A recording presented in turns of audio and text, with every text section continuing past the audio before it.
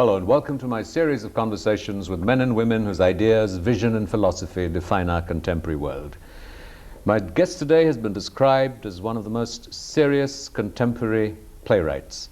He's the only Indian writing in English who's been awarded the Sahitya Akademi Award for drama, for world drama. He is a man of many parts related to the theatre largely. He's a director, writer, dancer, performer and a filmmaker. His plays have been performed at auditoria in India and around the world. I'm delighted to welcome Mahesh Dattani. Thank you, Rajiv. Thank you for having me on your show. Mahesh, you have performed in so many hats, wearing so many different hats. Which is sort of the preferred one?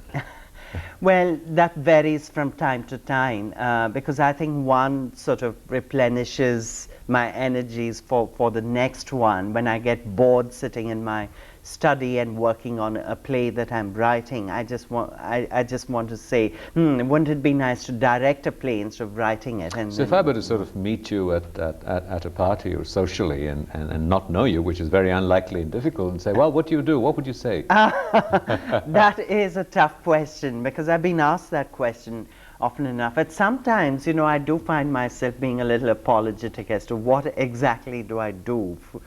You know, because the question implies what do you do for a living, not what you're interested in. And, you know, there is, if somebody asked me what are your interests, I would say theatre, cinema, writing, whatever. And what do you do for a living? I usually sort of start with something like, I do drama, I teach drama, I write plays, I direct plays, I dabble in films, and sort of just sort of, you know, mention all these various... You work primarily in the English language. Have you found that in some ways a liability or limiting, that you're not close enough to the larger pulse of India and the predicaments and the vocabulary and the issues that the English-speaking minority really experience is limited in that sense? Well, I think the limitation is not the language that I speak, it's who I am as well, what is my world view, if at all I have a world view.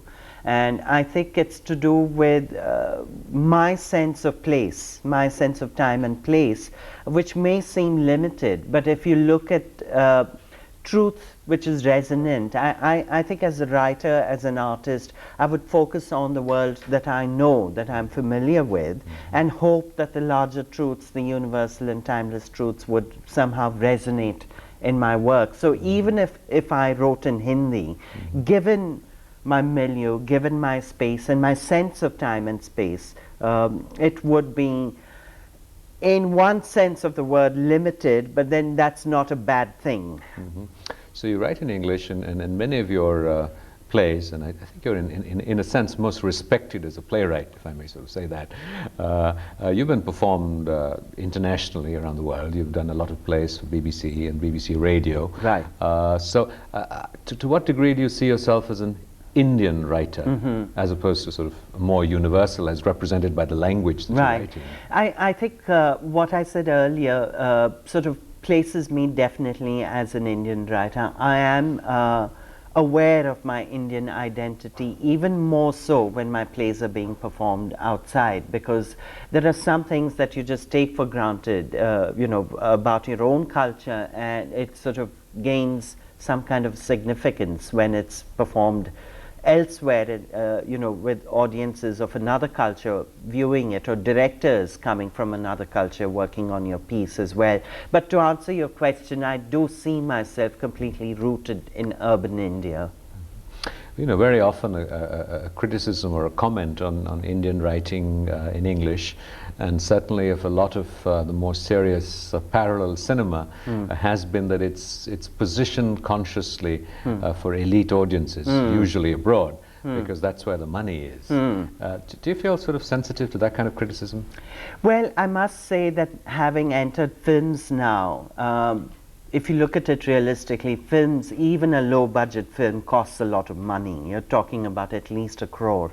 And you do have, the minute you have this kind of money involved, and you have producers who may be doing this out of interest to develop good cinema, but they're also looking at getting back their money, right? You have a responsibility. You do have a responsibility to make what you're doing somewhat more universal. Now, this is different from reducing it to the least common denominator, which a lot of work does. Some of it is good, some of it is bad, and I think the same is true of what the word used, elitist. That's the word used. Again, you have good elitist work and you have bad elitist work.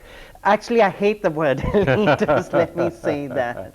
Then I think ultimately you've got to be true to your story, your sense of story, and in cinema. There is an added responsibility that you are sort of universalizing your personal expression to the maximum extent that your sensibilities allow you to do. How important is the issue of or the aspiration of pure storytelling? There seems sometimes an overt emphasis in Indian writing to look at social issues, to look at a commitment to something, a cause, a passion, instead of just telling a normal everyday good story. Yes.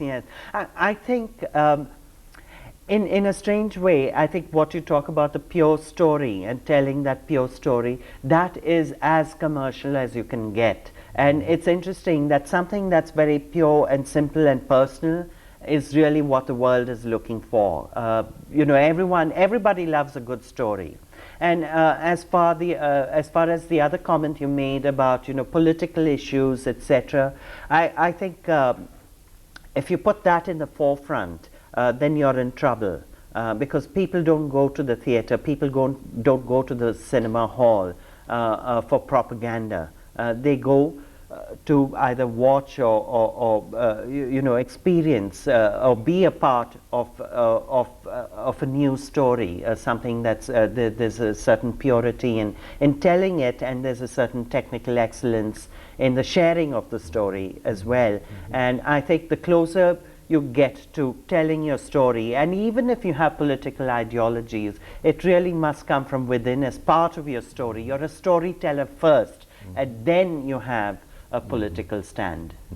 So in drawing inspiration for the stories that you tell, your plays do have define sometimes a new vocabulary, new territory, as it were, in looking at issues of gender and looking at issues of child abuse, of your commitment to the sort of the secular ideal.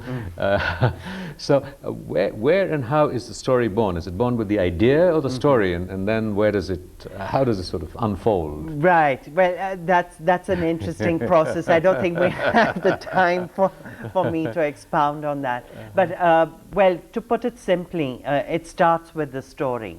And I think as I mature or grow older, if you wish, I think my sense of the political sensibility of the politics that I see around my world are getting more and more articulate in my stories.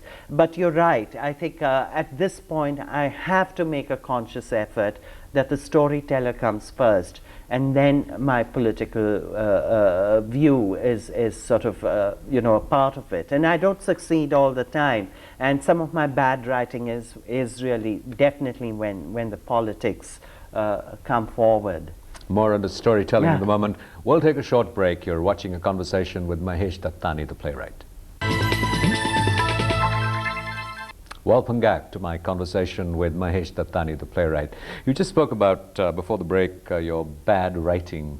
How much does it sort of traumatize you? It's frozen there, it's printed, it's available. Do you wish you could sort of put it on the carpet? Actually, I ensure that the bad writing is sort of removed before it gets to the print stage. Usually in theater, I do have a rehearsal process, and where I am polishing the script, taking off things, sort of getting to the essence of what I'm writing, and that sort of made me, in my writing process, I do get a little sort of over the top, and you know, my scenes do tend to get overwritten, and it's in the rehearsal process that I tend to get down to the essence of it. So there's a lot of editing going on. How often do you direct the plays that you have written yourself, or do you prefer to work with another director? Right. Well, I used to insist on directing a first production of my play, but now, since you know, I have a very good working relationship with someone like Lilette Dubé, who's directed quite a few of my plays. I do sit in on rehearsals, and I focus entirely on the script, and probably just provide context if required, if asked for. And I'm really looking at, is this really necessary? Is the scene really necessary? Even if it's coming out well, in terms of the performance and the direction, where is it leading to, and is it being too didactic? And that's something I constantly need to watch out for in my work. How often do you feel that you know, play once written and it's been through its first performances is something that you want to refine, revise, improve upon? Yes, I constantly feel that need. Even the plays that are published, if I were to read them now, I would say, oh my God, I want to, you know, relook at that or change that. Do you dare to go back to them, and how often? Well, I don't. I sort of make a conscious effort to say, okay, that's done with, I need to move on, I'm going to write something else, and you know, it is what it is, good, bad, whatever, you know, let others decide what it is, and I just need to move on, and I do make a conscious effort to do that.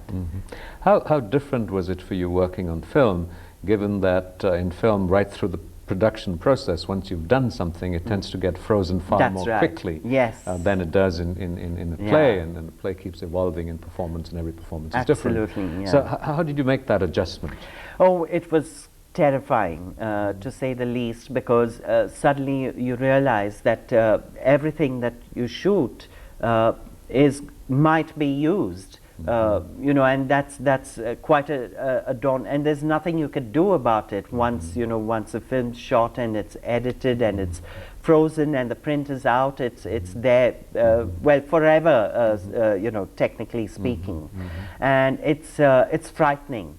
It's frightening to have this sort of set in stone thing. But one thing that I've learned to appreciate about film is that you get a chance to perfect it at various stages, whether it's a script stage, the rehearsal stage, the casting stage, the shooting stage, the post-production, the background score. You know, at every stage, the final edit, the special effects that you're using, if at all, at every stage, you're telling your story again, and you're making it better and better. So in that sense, it is building up to a product. Rather than a process, which theatre is more exciting about the process, and even in performance, it still is a process because it can change from moment to moment depending on the synergy between the performers and the audiences. But cinema, I think the exciting part of it is that you are building in these layers at some idea of perfection, and it's then the product is going to reveal how much hard work and efforts and creativity you put into it. Mango Souffle was your first film, and it received sort of niche success in a sense. That's very kind of you. Tell us about the new film that you've just completed. Well, the new film is called Morning Raga, and it's thematically it's about the meeting of worlds, and that's where I think its universality lies. But as a story, it's a very simple story. Again, it's about this Carnatic musician, a singer, who never leaves her village because of an accident that happened 20 years ago.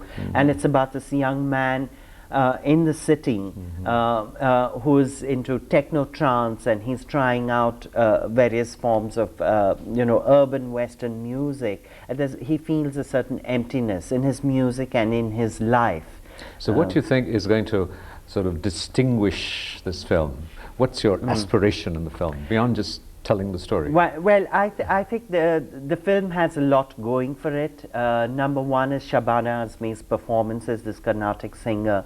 It's truly amazing how much homework she's done on it, and she actually learned Carnatic music for this. And I think it's the marriage of Carnatic music and the techno trance jazz elements that have come into it, and that music, the meeting of the music, is really a metaphor for the meeting of worlds. I think that's going to be something special. How often have you worked in terms of directing or producing things that other people have written, particularly what other people in India have written? I mean, I know you've directed a lot of theatre written abroad, but that's what right. about Yes. Indian theatre? Well, I have done some. I have produced and acted in Cyrus Mistri's play Dungaji House, because that's one of the plays that I read early in my life, and I was very caught up with it.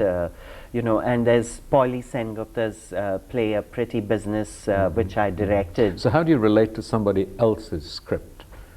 What happens to the scriptwriter in you, or the dramatist in you? Well, that's why I like it, because every instance I did that, the scriptwriter was sort of put on the back burner, and I could bring in the skills of my script writing to deconstruct the work and to work on it as a director, to reduce it to simple actions and beats, and see what the dynamics are of so in that sense my skills as a writer helped me as a director.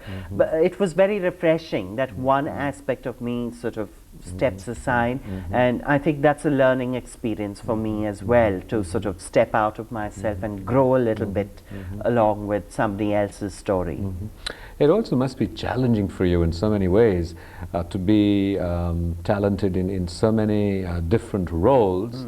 And then to work with people. So you're an actor, and you sort of you can always look at it as a qualification for a director who's also been an actor, because you're sensitive to the actor's imperatives and needs. But it can also sort of be a barrier. You dance, you make films, you can do everything related to the theatre. How do you sort of step back from the different roles? Right. I think the thing is to not take yourself seriously, to realize that there are more ways of approaching, either a part or a script or a sequence than one, and really and truly to listen and see your artists, your actors, your technicians, and see how are they sharing your vision. And see whether it fits into your larger scheme of things, but allow them their creative space to offer a kind of container in which the creative abilities do come in. And it's not easy. I'm just talking from an idealistic. I know as a person how difficult it is to, as you said, to step back and not sort of jump into it and say, let me show it to you. That's really. That's when you've got to tell yourself, look, you're not the most talented person on earth. There are other talented people, and allow them to explore it, and it might surprise you, and invariably it does. So how often does this vision get modified or improved upon, and then you feel this great sense of great surge of satisfaction? Right. I think the two are definitely connected. I think I like being challenged. I like my my posture to be broken with a counterpoint or a counter view, and I think I do absorb. I think I listen very, very carefully, and if somebody, no matter how small the disagreement is, I take it very, very seriously. In terms of considering what the other point of view is. And I think over the years I've learned to see that it's not me who's really important, it's the work that is important. And if the work gets its due, then I get my recognition. So my ego is satisfied as well. Well, more about your ego in a minute. You're watching a conversation with the playwright Mahesh Dattani. Don't go away, we'll be right back. Welcome back to my continuing conversation with the playwright Mahesh Dattani. Mahesh, we were talking about your ego. How large is your ego? Do you feel it intrusive? Well, in a strange way, it's. how fragile is your ego is really the question that I ask myself, because I think the more it needs attention, the weaker it is. And I think there's nothing wrong in having an ego, but I think it needs to be in its proportion. So how secure do you feel, how vulnerable do you feel each time there's a new play or a film that goes on screen? You know, most people sort of anguish and agonize over each cough that comes from the audience and each ring these days of the mobile phone. So how secure do you feel that, you know, I've done my best and this is now here in the public domain? Well, I am very insecure about how it's received, because I do want my works to be received well by the audiences who've taken the trouble to come to the theatre to see it.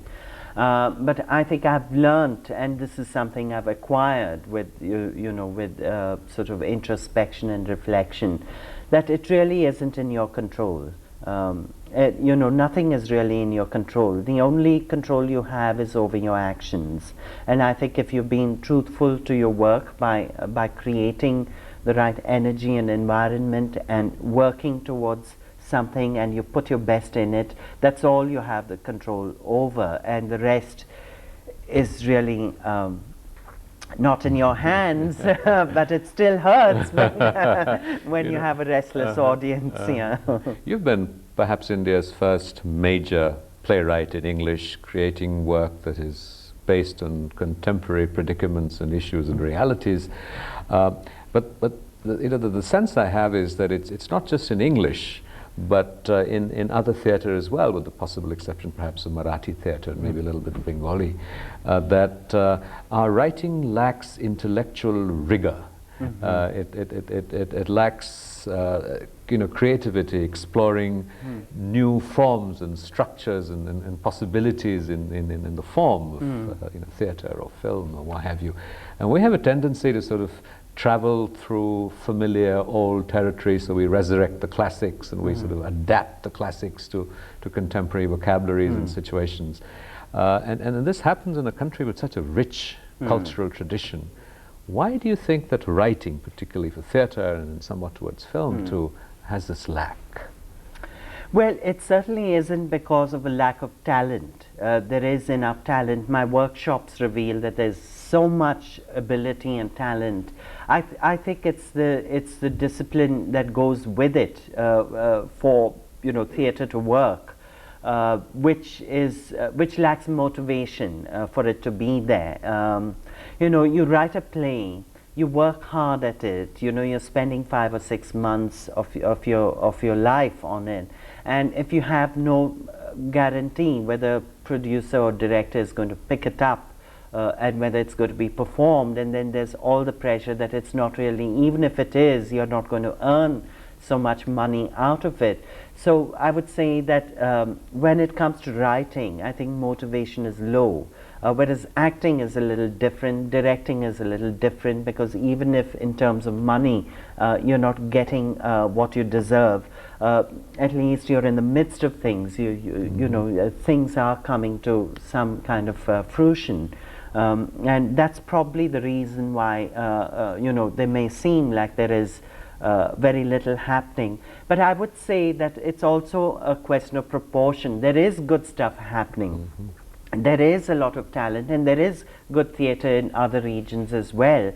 But because we're such a huge country, that we need more. We need thousands and thousands of flowers to bloom, but what we have are a few hundreds of flowers that are blooming. So I guess if you're looking at an expanse and you just want to see this, beautiful vision of a thousand flowers blooming. That's right.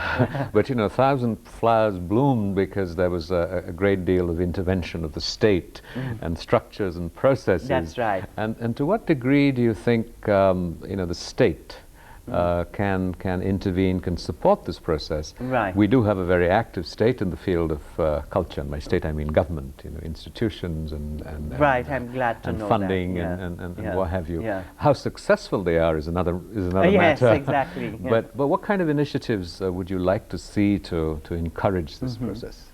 I've a lot. I mean, I don't know where to begin, because it's not just a question of funding. I think there has to be, the right word is intervention, that you do need some kind of ripple system where you are looking at practitioners who are also looking at spawning new talent, and it has to be a certain process. It's not just handouts, that need. You are looking at everything from infrastructure to education, making arts more important in primary education, and you're looking at cultivating aesthetic sensibilities. You're looking at promoting stuff so that audiences are interested in coming. So it's a lot of work, and obviously some good work is happening, but it's not enough.